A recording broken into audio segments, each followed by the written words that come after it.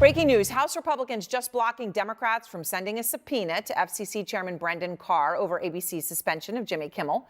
Democratic Congressman Ro Khanna, who fought for the subpoena, claims the Trump administration is making comedy illegal. And moments ago, former Secretary of State Hillary Clinton spoke on Kimmel's suspension to our own Fareed Zakaria.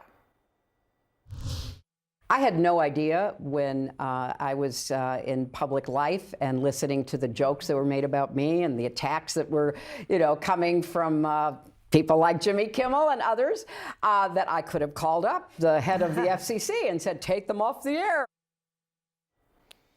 Making a joke of it or trying to in the sense of it. Manu Raju's out front on Capitol Hill. And Manu, you have been talking to a lot of lawmakers. And, just to be clear here, after the horrific assassination of Charlie Kirk, there were some Republicans, people like Ted Cruz, who spoke out very clearly that even if speech is hateful, it is free and must be allowed. In this current moment, with what we are seeing with Jimmy Kimmel, what are you hearing from Republicans? Are any of those who stand up for free speech standing up for it now? Well, Aaron, just like so much in the Trump era, this reaction today has been mostly along party lines. We've heard most of the outrage coming from Democrats warning of censorship and the infringement on the First Amendment. We've had some Republicans raise some concerns about this, but by and large, many of them contending that this was simply, they say, a business decision. And when I asked them about the threats and the warnings coming from Trump's FCC chairman, Trump-appointed FCC chairman, about potential broadcast license being revoked if action was not taken at ABC, some of them shrugged it off or said they weren't aware of it altogether. Some, like Senator Josh Hawley, said he was fine with the ultimate outcome, which was Jimmy Kimmel off the air. Well, wait, this isn't the government model. This is Disney, Well, ABC. the FCC was threatening taking action against ABC. No, Brendan Carr was out publicly warning you have about one that. FCC guy. He's the chairman. Is the right dabbling in cancel culture? Not this guy on the right. I mean, I just said he's entitled under the First Amendment to say what he wants. But on the other hand, I applaud the move of Disney, his corporate parent, to say we think this is terrible. Well, I think that if government authority is being used in a way that chills speech, that can be problematic. If you're committed to free speech, you should be committed to free speech across the board. But for by and large, that comment came from Kevin Kiley. He's a swing district Republican. But by and large, though, Aaron, the response from Republican leaders has been to align themselves very much with Donald Trump, including the Speaker of the House, Mike Johnson, who had no issues with this whatsoever, despite himself fighting against what he considered cancel culture in the Biden administration.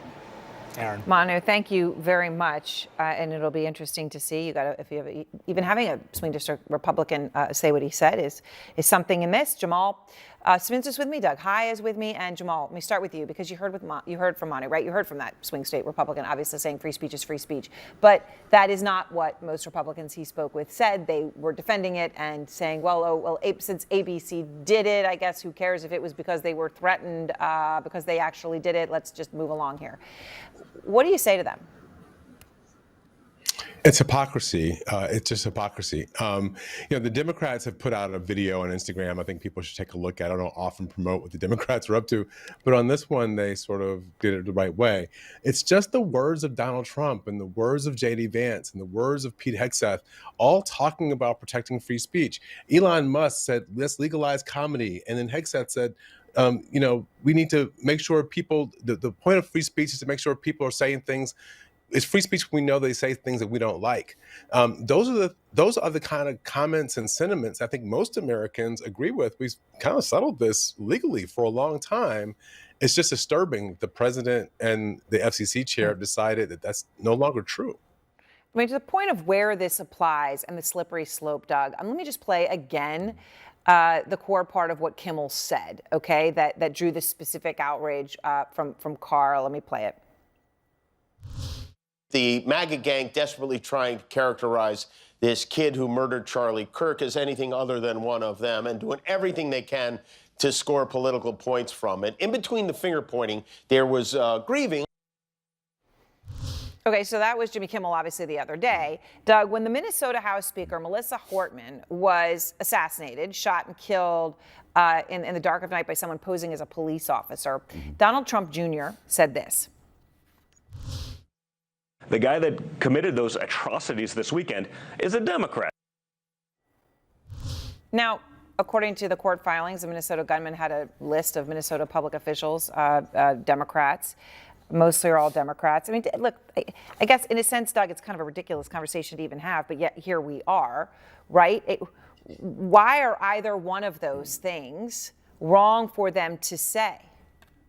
Well, I think ultimately what we should try and do is, I'll go back, Aaron, to when I worked at the Republican National Committee. On a Saturday morning in January of 2021, I received a text message that Gabby Giffords had been shot, right? And I was at the Republican National Committee. Obviously, she was a Democrat.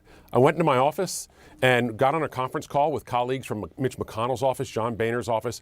And what we did is we had a very serious and somber conversation, holding the mirror up to ourselves. How are we going to be responsible in this moment? How can we respond in the most responsible way possible and make sure that we set that signal for other House and Senate Republican offices? My guess is whether you're talking Republican or Democrat, these days, depending on what happens and to whom, those things don't happen. And when I see the news of the past few days now, I'm reminded of that more than one thing can be true at the same time. That the chair of the FCC or anybody from government trying to shut down speech because they don't like it is dangerous and un-American. But also that in a moment that we're in right now, if you try and score political points as a late night comedian, that's going to bring a real reaction and potentially, as we've now seen, consequences. And I say that because, Aaron, you mentioned David Letterman earlier. You're going to obviously talk about him in a little bit. Yes. Jimmy Kimmel has emulated himself on being like David Letterman. David Letterman's response to 9/11 was one of confusion and anger and compassion and something that brought the country together. As he was didn't Jimmy go with Kimmel's attacking on the George day W. that Bush Charlie as a Kirk dummy. was. No, but as was Jimmy Kimmel's on the day that Charlie Kirk was shot.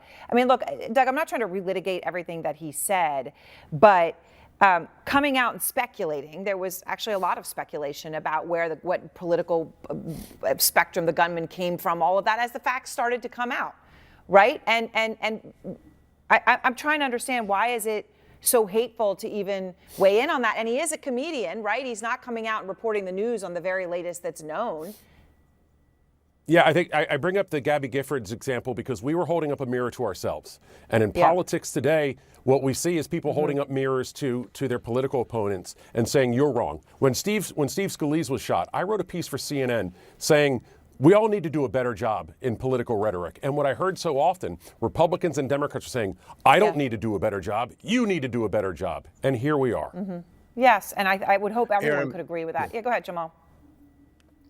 Aaron, here's what bothers me about not just this conversation, but also the way that the administration is trending. It's the censorship seems to be showing up in a variety of places. You know, when Confederate statues were up in front of many of the state houses, many Democrats and progressives said take them down, but not get rid of them. Not talk about the Confederacy. Let's move them somewhere. Let's not honor the Confederacy, right? But now we know the President of the United States has ordered the National Park Service to start going through and scrubbing images of slavery and what happened with Native Americans from public places. So we're not having an argument about how we talk about our history. We're having an argument about whether we talk about hard parts of our history. And that's what has me concerned about this particular conversation. At some point, you know, we are going to have a conversation again about the ideas that were being put forth at Turning Point USA. And when we have a conversation about that, it's not whether or not we talk about it, but how we talk about it is going to be incredibly important. All right, thank you both very much. I do appreciate talking to both of you always. You both know that.